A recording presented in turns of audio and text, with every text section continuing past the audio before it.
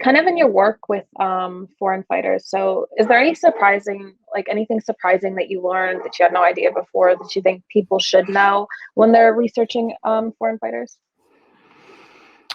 I wouldn't say something I didn't know before, but I think what is a public assumption is that all of these guys are somehow like demonic, crazy, insane people who, joined a death cult in Syria and are going to come back and kill you, right? And so I think that is a pretty common misconception. A lot of these guys that I talked to were fairly normal kids.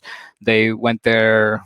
I shouldn't say kids, like young men who went there with what they considered to be a kind of moral crusade, right? A moral cause. They were there for a particular reason, and so that I think was quite important for a lot of these guys.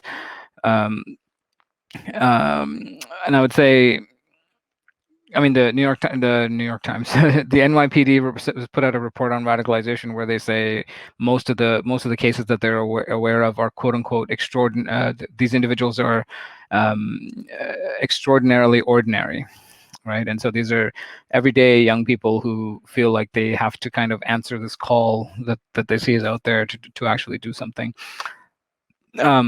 So that I think is a message that's important to be out there, because especially now that you're dealing with the returnee debates and the policy concerns around that. And I've been to Syria twice and interviewed a few of the Canadian prisoners there. Is that a lot of these guys are wanting to come back home, and Canada especially hasn't bothered to even lift a finger, right? And these camps are just kind of sitting there. These prisons are sitting there in northeastern Syria, and nothing's really happening from a policy side, partly because of this public perception that these guys are going to come back and like blow something up. And so that's kind of something you have to continuously contend with, I think.